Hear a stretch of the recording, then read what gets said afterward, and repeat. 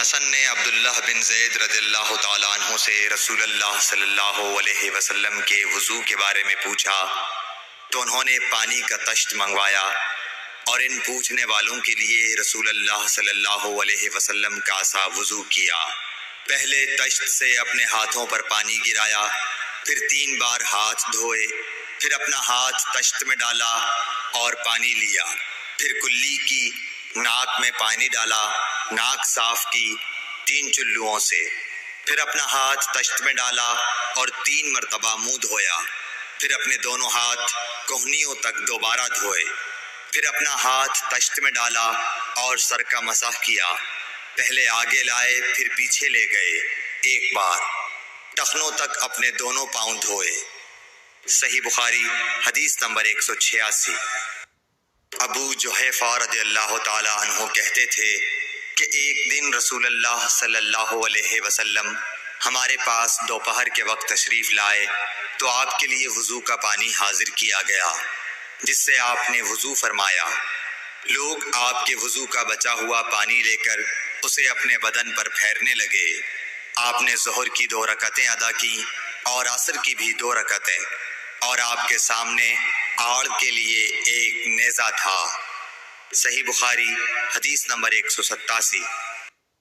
ابو موسیٰ اشعری رضی اللہ تعالیٰ عنہ کہتے ہیں کہ نبی کریم صلی اللہ علیہ وسلم نے ایک پیالہ منگوایا جس میں پانی تھا، اس سے آپ نے اپنے ہاتھ دھوئے اور اسی پیالے میں منہ دھویا اور اسی میں کلی فرمائی، پھر فرمایا تو تم لوگ اس کو پی لو اور اپنے چہروں اور سینوں پر ڈال لو۔ صحیح بخاری حدیث نمبر 188۔ محمود بن ربی جب چھوٹے تھے تو رسول اللہ صلی اللہ علیہ وسلم نے انہی کے کنویں کے پانی سے ان کے منہ میں کلی ڈالی تھی، اور عروہ نے اسی حدیث کو مسعور وغیرہ سے بھی روایت کیا ہے، اور ہر ایک راوی ان دونوں میں سے ایک دوسرے کی تصدیق کرتے ہیں کہ جب رسول اللہ صلی اللہ علیہ وسلم وضو فرماتے تو آپ کے بچے ہوئے وضو کے پانی پر صحابہ رضی اللہ عنہم جھگڑنے کے قریب ہو جاتے تھے۔ صحیح بخاری حدیث نمبر 189۔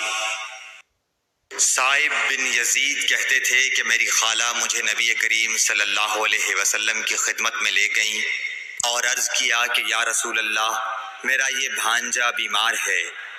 آپ صلی اللہ علیہ وسلم نے میرے سر پر اپنا ہاتھ پھیرا اور میرے لیے برکت کی دعا فرمائی، پھر آپ نے وضو کیا اور میں نے آپ کے وضو کا بچا ہوا پانی پیا، پھر میں آپ کی کمر کے پیچھے کھڑا ہو گیا اور میں نے مہر نبوت دیکھی جو آپ کے مونڈھوں کے درمیان ایسی تھی جیسے چھپر کھٹ کی گھنڈی یا کبوتر کا انڈا۔ صحیح بخاری حدیث نمبر 190۔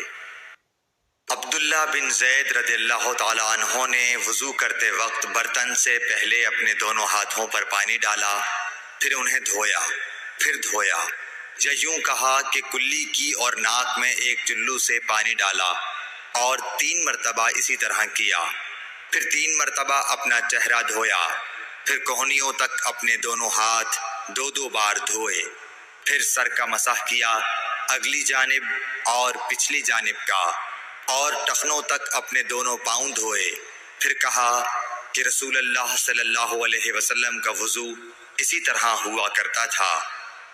صحیح بخاری حدیث نمبر 191۔ عبداللہ بن زید رضی اللہ تعالیٰ عنہ سے رسول کریم صلی اللہ علیہ وسلم کے وضو کے بارے میں پوچھا تو عبداللہ بن زید رضی اللہ عنہ نے پانی کا ایک تشت منگوایا، پھر ان لوگوں کے دکھانے کے لیے وضو شروع کیا۔ پہلے تشت سے اپنے ہاتھوں پر پانی گرایا، پھر انہیں 3 بار دھویا، پھر اپنا ہاتھ برتن کے اندر ڈالا، پھر کلی کی اور ناک میں پانی ڈال کر ناک صاف کی 3 چلوؤں سے 3 دفعہ، پھر اپنا ہاتھ برتن کے اندر ڈالا اور اپنے منہ کو 3 بار دھویا، پھر اپنا ہاتھ برتن کے اندر ڈالا اور دونوں ہاتھ کہنیوں تک 2 بار دھوئے، پھر سر پر مسح کیا، اس طرح کہ پہلے آگے کی طرف اپنا ہاتھ لائے، پھر پیچھے کی طرف لے گئے، پھر برتن میں اپنا ہاتھ ڈالا اور اپنے دونوں پاؤں دھوئے۔ دوسری روایت میں ہم سے موسیٰ نے ان سے وہیب نے بیان کیا کہ آپ نے سر کا مسح 1 دفعہ کیا۔ صحیح بخاری حدیث نمبر 192۔ رسول کریم صلی اللہ علیہ وسلم کے زمانے میں عورت اور مرد سب ایک ساتھ ایک ہی برتن سے وضو کیا کرتے تھے، یعنی وہ مرد اور عورتیں جو ایک دوسرے کے محرم ہوتے۔ صحیح بخاری حدیث نمبر 193۔ حضرت جابر رضی اللہ تعالی عنہ کہتے تھے کہ رسول کریم صلی اللہ علیہ وسلم میری مزاج پرسی کے لیے تشریف لائے۔ میں بیمار تھا، ایسا کہ مجھے ہوش تک نہیں تھا۔ آپ نے وضو کیا اور اپنے وضو کا پانی مجھ پر چھڑکا تو مجھے ہوش آ گیا۔ میں نے عرض کیا، یا رسول اللہ، میرا وارث کون ہوگا؟ میرا تو صرف ایک کلالہ وارث ہے۔ اس پر آیت میراث نازل ہوئی۔ صحیح بخاری حدیث نمبر 194۔ ایک مرتبہ نماز کا وقت آ گیا تو جس شخص کا مکان قریب ہی تھا وہ وضو کرنے اپنے گھر چلا گیا، اور کچھ لوگ جن کے مکان دور تھے رہ گئے۔ تو رسول کریم صلی اللہ علیہ وسلم کے پاس پتھر کا ایک لگن لایا گیا جس میں کچھ پانی تھا، اور وہ اتنا چھوٹا تھا کہ آپ اس میں اپنی ہتھیلی نہیں پھیلا سکتے تھے، مگر سب نے اس برتن کے پانی سے وضو کر لیا۔ ہم نے حضرت انس رضی اللہ عنہ سے پوچھا کہ تم کتنے نفر تھے؟ کہا 80 سے کچھ زیادہ ہی تھے۔ صحیح بخاری حدیث نمبر 195۔